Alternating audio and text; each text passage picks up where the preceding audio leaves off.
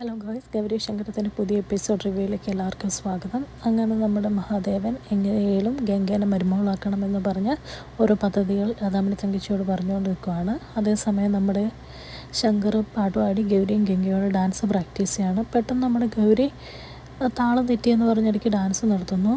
അപ്പം ഗംഗ പറയുന്നുണ്ട് ഗൗരിയുടെ മനസ്സ് അത്ര ശരിയല്ലാത്തതുകൊണ്ടാണ്, അത് കുഴപ്പമില്ല, കുറച്ച് നേരം റെസ്റ്റ് എടുത്ത് കഴിയുമ്പോൾ മാറുമെന്ന് പറയുന്നുണ്ട്. എന്നിട്ട് ശങ്കറിനോട് പറയുന്നുണ്ട്, വാ നമുക്ക് പോയി ബാക്കി പ്രാക്ടീസ് ചെയ്യാം, ആ കുട്ടി റെസ്റ്റ് എടുക്കട്ടെ എന്നൊക്കെ പറയുന്നുണ്ട്.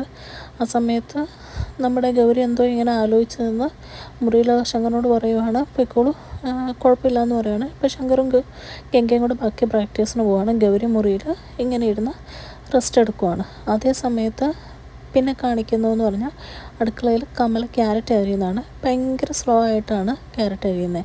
ഇത് കണ്ട് അവിടുത്തെ വേലക്കാരി ഇങ്ങനെ നോക്കുന്നുണ്ടെങ്കിലും ഇതൊന്നും പുള്ളിക്കാരി അറിയുന്നില്ല, പുള്ളിക്കാരി ഇതൊന്നും ശ്രദ്ധിക്കുന്നില്ല. അതേ സമയത്ത് നമ്മുടെ രാധാമണി തങ്കച്ചി അങ്ങ് വരികയാണ്.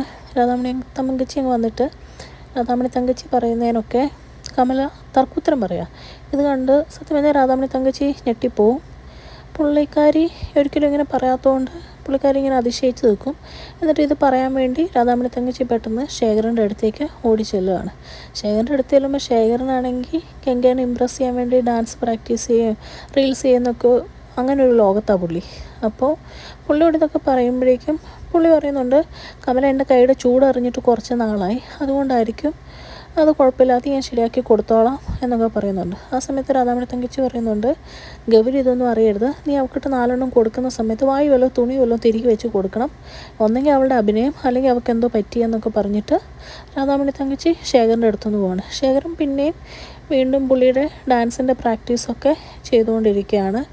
പുള്ളി അതിൽ തന്നെ അങ്ങ് മുഴുകിയിരിക്കുകയാണ്. ആ സമയത്ത് നമ്മുടെ ശങ്കറാണെങ്കിൽ പ്രാക്ടീസ് എല്ലാം കഴിഞ്ഞ് ഗൗരിയുടെ അടുത്തേക്ക് വരികയാണ്.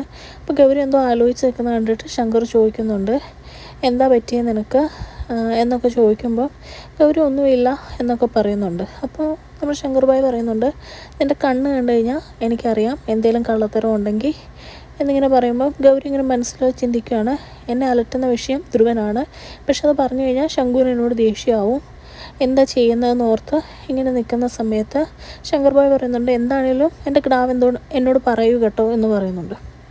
ആ സമയത്ത് നമ്മുടെ ഗൗരിയുടെ മുഖത്ത് ചെറിയൊരു പുഞ്ചിരി വരുവാണ്. അപ്പോൾ പെട്ടെന്ന് ശങ്കർ ഭായി ചോദിക്കുന്നുണ്ട്, പെട്ടെന്ന് എന്താ ഒരു സന്തോഷം എന്നിങ്ങനെ ചോദിക്കുമ്പോൾ നമ്മുടെ ഗൗരി പറയാണ്, എന്നെ അലട്ടിക്കൊണ്ടിരിക്കുന്ന പ്രശ്നത്തിന് ഒരു ചെറിയ പോംവഴി എനിക്ക് കിട്ടി, ഒരു ഉപായം എനിക്ക് കിട്ടി എന്നിങ്ങനെ പറയുകയാണ്. എന്നിട്ട് ഗൗരി ഇങ്ങനെ ചിന്തിക്കുകയാണ്, ധ്രുവൻ ജീവനോടെ ഉണ്ടെന്ന് ഗൗരി പറയാണ്ട് തന്നെ ശങ്കർ ഭായി അറിയണം എന്ന്, അതിനുള്ള എന്തോ ഒരു പ്ലാൻ ഗൗരിയുടെ മനസ്സിൽ കിട്ടി.